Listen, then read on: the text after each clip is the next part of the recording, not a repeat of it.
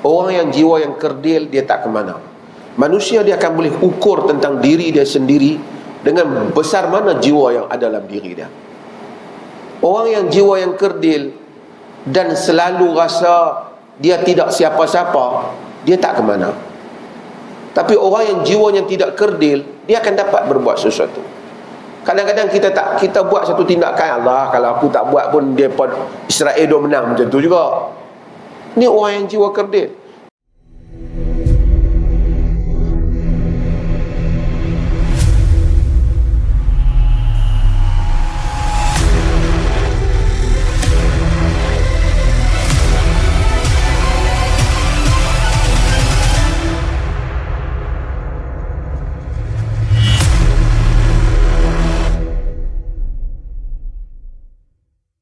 Apakah pendapat Datuk kepada golongan kita di Malaysia khususnya yang tidak cakna ataupun tidak mengambil berat langsung berkaitan dengan peristiwa peperangan ini, Datuk?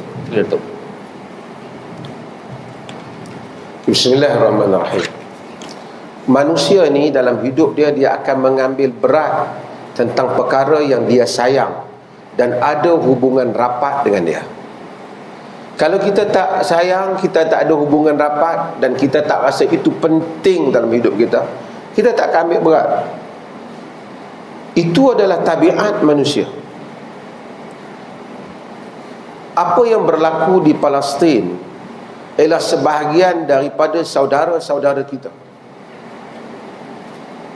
Sebahagian orang dia hanya react kepada apa yang berlaku di media sosial. Orang semua cakap pasal boykot, pasal lawan Israel, dia lawan. Tapi apabila media sosial itu turun, dah kurang bincang, dia pun dah tak bincang. Itu tanda reaksinya berkaitan hal tersebut kerana adalah reaksi semasa yang mana dia dipengaruhi oleh keadaan sekelilingnya. Oleh kerana orang moden hari ini asyik tengok yang ini saja, maka otaknya duk ada di sini. Selalu tengok isu Palestin, dia pun semangat Palestin. Apabila habis, media sosial tak bangkitkan lagi, padahal perang di Palestin belum berhenti.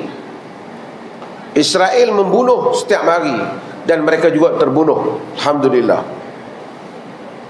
Kita pun tak beri perhatian, bahkan yang boykot dah tak boykot lagi, kan? Yang mana marahkan Israel dah tak marah lagi. Ini adalah perkara yang menunjukkan kalau itu berlaku, marah kita kepada apa yang berlaku di Palestin yang dibuat oleh Israel tidak berdasarkan kepada keimanan kita.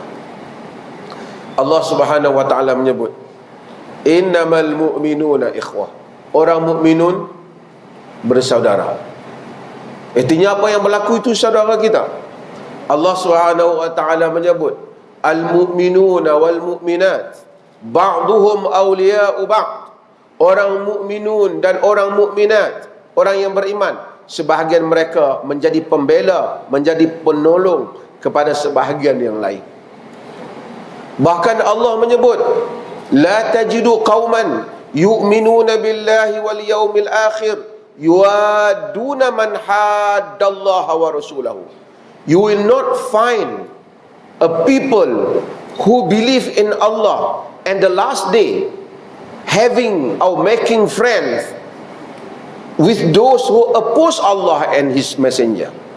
Kamu tak akan dapati orang-orang yang beriman pada Allah dengan Allah dan Rasulnya tiba-tiba dia having affection, boleh rasa kesian, sayang, ataupun boleh ada hubungan dengan orang-orang yang menentang Allah dan Rasulnya.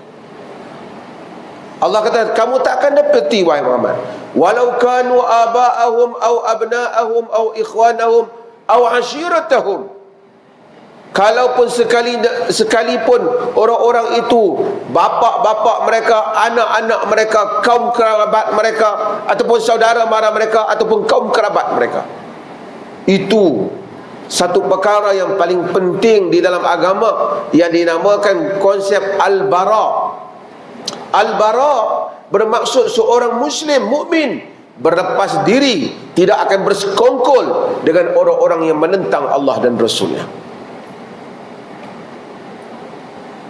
Kalau kita hilang, kita rasa okey, tak apa. Sebab kalau kita lawan mereka pun, kita pun ada kepentingan dengan mereka juga. Artinya kita tidak jelas. Kita tak jelas pada akidah kita. Akidah bukan soal mari sembahyang saja.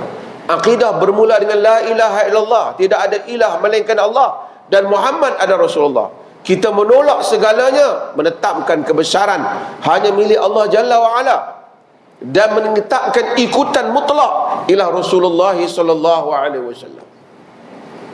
Di dalam hadis yang sangat dhaif, disebut man lam yahtam bi amril muslimin falaysa minna. Siapa yang tak ambil berat urusan orang muslim bukan di kalangan kita. Tapi hadis ini tersangat dhaif. Pun ia hadis yang dhaif, tapi ada sangat dhaif, namun di sana ada ayat-ayat Quran yang banyak dan hadis yang banyak yang menyatakan muslim mengambil berat tentang urusan orang muslim. Allah larang, la tattakhidhu aduwi wa aduwakum awliya. Jangan kamu mengambil musuhku dan musuh kamu menjadi penolong-penolong kamu. No, tidak ada persekongkolan. No kompromi. Tidak ada kompromi dengan musuh-musuh Allah. Sebab itu kita tak boleh buat apa. Sekurang-kurangnya kita berdoa dan bertindak dengan apa dalam jangka keupayaan yang boleh kita buat.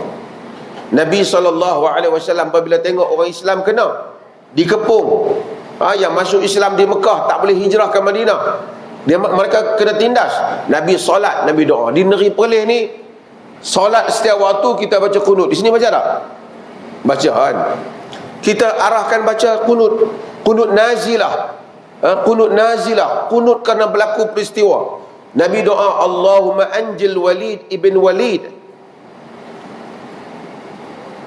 Ya Allah, selamatkan Al-Walid ibn Walid. Al-Walid ibn Walid ialah Al-Walid ibn Walid ibn Mughirah ialah saudara kepada Khalid bin Al-Walid. Masa tu Khalid Al-Walid tak masuk Islam lagi. Dia masuk Islam, tapi dia tak boleh nak mari ke Madinah. Nabi doa supaya Allah selamatkan mereka. Wa Ayyash bin Abi Rabi'ah, supaya Ayyash bin Abi Rabi'ah, Nabi minta supaya dia juga selamat. Dan Nabi SAW juga doa kepada orang Islam. Nabi SAW kata, Allahumma anjil mustada'afina minal mu'minin. Ya Allah, selamatkanlah orang-orang mustada'afin dari kalangan kaum muslimin. Nabi doa dalam qulub. Allah masdud wata'aka ala mudar. Nabi doa agar Allah ambil tindakan pada Mudar, kabilah Mudar tu, kerana mereka itu telah menentang agama. Sebab tu sekurang-kurangnya kita doa. Dan ini adalah antara benda yang kita buat. Salahuddin Al-Ayyubi, Salahuddin Al-Ayyubi, kita baca banyak sejarah Salahuddin kan, yang membebaskan Al-Aqsa. Dia kata kalau Salahuddin ni kurang tersenyum. Orang kata dia, kenapa kau tak banyak tersenyum, tak ketawa? Dia kata, kaifa adhaku wal qudsu asir. Bagaimana aku nak ketawa sedangkan Al-Quds masih lagi dalam tawanan. Di atas semangat itu dia membebaskan Al-Aqsa.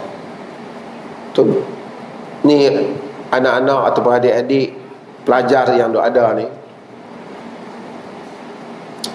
kita nak jadi orang hebat, kita kena mempunyai jiwa yang hebat. Orang yang jiwa yang kerdil, dia tak ke mana. Manusia dia akan boleh ukur tentang diri dia sendiri dengan besar mana jiwa yang ada dalam diri dia.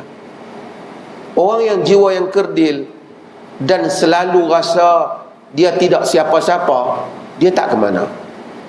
Tapi orang yang jiwanya tidak kerdil, dia akan dapat berbuat sesuatu. Kadang-kadang kita buat satu tindakan, Allah, kalau aku tak buat pun dia pun Israel dia menang, macam tu juga. Ni orang yang jiwa kerdil. At least I will do something. That is my part. Itu bahagian kita.